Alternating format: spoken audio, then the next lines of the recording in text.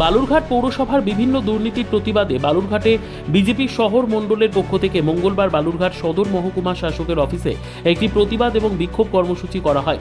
এই বিক্ষোভ কর্মসূচিতে অংশগ্রহণ করেন বালুরঘাট টাউন বিজেপির সম্পাদক বাপি সরকার, বিজেপি নেতা শুভেন্দু সরকার সহ অন্যান্য শীর্ষস্থানীয় বিজেপি নেতৃত্ব।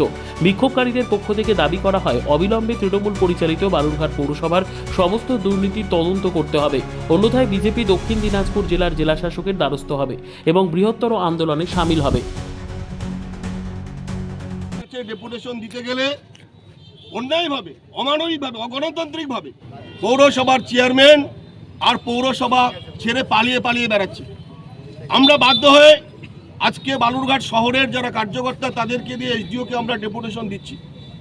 আগামী দিনে এতেও যদি কোনো কাজ না হয়, আমরা বৃহত্তর আকারে পুরো জেলার ভারতীয় জনতা পার্টির কার্যকর্তাকে নিয়ে ডিএমের আমরা দ্বারস্থ হব। কেননা বালুরঘাটে গণতন্ত্র বলে কিছু নেই, এখানে মানুষের পরিষেবা বলে কিছু নেই। এটা একটা কি চলছে আমরা বুঝতেই পারছি না। চেয়ারম্যান নিজেকে কি বলে আমরা ভাবতে পারছি না। মূল কারণ একটাই, এরা মানুষের দ্বারা নির্বাচিত নয়, তাই মানুষের কাজ করার প্রয়োজন মনে করে না। এরা চুরি চামারি করে, বাটপাড়ি করে, রিগিং ছাপ্পা করে নির্বাচনে পৌরসভার চেয়ারম্যান হয়েছে। তাই আজকে দেখছি তার সেই রকম কাজ করছে। তাই আমরা চাই, মানুষের উপর কেউ নেই পৃথিবীতে, আগামী দিন মানুষ এদেরকে উপযুক্ত জবাব দেবে। আমরা মানুষকে, মানুষের দাবি। ব্যুরো রিপোর্ট, উত্তর বাংলা সংবাদ।